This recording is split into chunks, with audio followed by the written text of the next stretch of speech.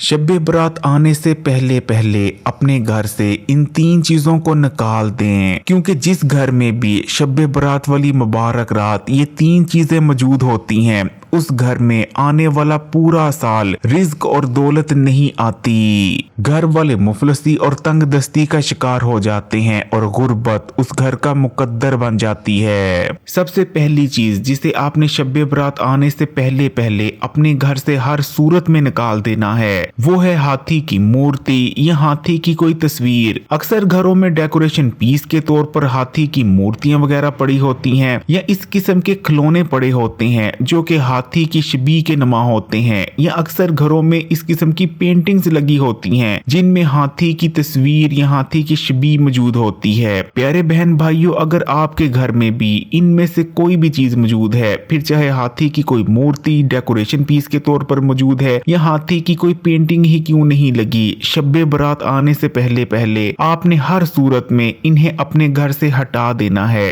क्योंकि इस चीज को अच्छी तरह से समझ लें, जिस घर में भी हाथी की मूर्ति फिर चाहे वो डेकोरेशन पीस ही क्यों ना हो, शब बरात वाली रात मौजूद होंगे, आने वाला पूरा साल उस घर में रिज्क और दौलत नहीं आती। इसके पीछे की वजह क्या है उसको समझ लें। जितने भी मूर्ति पूजने वाले मज़ाहिब हैं, फिर चाहे हिंदू मजहब हो या फिर दूसरे तीसरे जितने भी ऐसे मज़ाहिब हैं जिनमें मूर्ति की पूजा की जाती है, उन तमाम मज़ाहिब में जो दौलत का देवता है वो हाथी है। मिसाल के तौर पर अगर हिंदू मजहब की बात करते हैं, हिंदुओं का मानना है कि गणपति दौलत का देवता है और घर में दौलत लेकर आता है। गणपति एक ऐसा देवता है जिसका जो जिस्म है वो तो इंसानी है लेकिन उसका सर हाथी का है। हिंदू हर साल गणपति की मूर्ति अपने घर लाते हैं। हिंदुओं का मानना होता है कि गणपति की मूर्ति घर में लाने से दौलत आती है। इसलिए प्यारे बहन भाइयों, अगर आपके घर में भी कोई भी ऐसा डेकोरेशन पीस मौजूद है जो कि हाथी की शबीह नमा है या फिर कोई पेंटिंग मौजूद है, तो फौरी तौर पर शब बरात आने से पहले पहले इन तमाम को अपने घर से निकाल दें। नंबर 2, पेशाब आलूदा कपड़े। अक्सर घरों में ये दस्तूर पाया जाता है कि जो मैले कपड़े होते हैं यानी जिन्हें पहनकर उतार दिया जाता है, उन्हें या तो वॉशिंग मशीन के ऊपर रख दिया जाता है या घर में कोई ऐसा मखसूस मकाम होता है जहां मैले कपड़ों को फेंक दिया जाता है ताकि उन तमाम कपड़ों को जमा कर एक बार ही धो दिया जाए। और इसमें कोई गलत चीज भी नहीं है, लेकिन कुछ लोग दीन से दूरी और कम इल्मी की वजह से प्लीत कपड़ों को भी मैले कपड़ों के साथ फेंक देते हैं। प्लीत कपड़े यानी ऐसे कपड़े जिन पर पेशाब वगैरह लगा हो। इस चीज को याद रखिएगा,